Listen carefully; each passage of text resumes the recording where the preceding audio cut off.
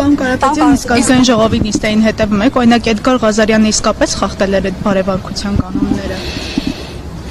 Էդգար Ղազարյանը տաղանդավոր հայ քաղաքական գործիչ է, դուք ամեն օր կտեսնեք դա, տեսնում եք եւ կտեսնեք դա։ Իսկ առհասարակ ինչպես եք գնահատում ձեր թիմի աշխատանքը։ Ինձ թվում է բոլորն են լավ գնահատում, ես նույնպես։ Պարոն Կարապետյան, երեկ դուք տեսել, որ Էդգար Ղազարյանը ներողություն, ձեր թիմը չպաշտպանեց ի սկզբանե, դա ինչպես եք մեկնաբանում։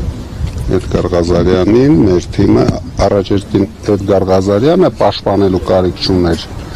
բայց մեր թիմը շատ գրագետ ամեն ինչ արեց, որ կոնֆլիկտ չդառնա։ Պարոն Կարապետյան, երեկ Դավիթ Ղազարյանի հետ կապված ինչ կասեք, Դավիթ Ղազարյանին դուրս հրավիրեցին նիստերի դահլիճից, ինչ էր տեղի ունեցել գնահատման, որ այդպես վարվեցին։ Մեր ֆրակցիան արդեն արձագանքել է դրան եւ շատ ճիշտ արել է։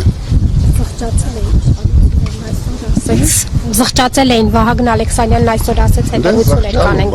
Զղջալու, իրենք ամեն ինչի համար պետք է զղջան։ Պարոն Կարապետյան, նաև Քանի որ շատ ապօրինություններ են անում, բոլորը պետք է հերթով զղջան։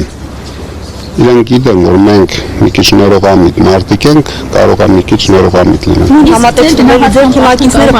դեռ կարողանում են քաղաքակիրթ աշխատել ինչպես սկզբում պայմանավորվել։ Ինձ թվում է դեռ այո, կարողանում են։ նույն համատեքստում մի հարց էլի։ Սուր լինելու է, բայց կանոնների մեջ լինելու են։ Երբ որ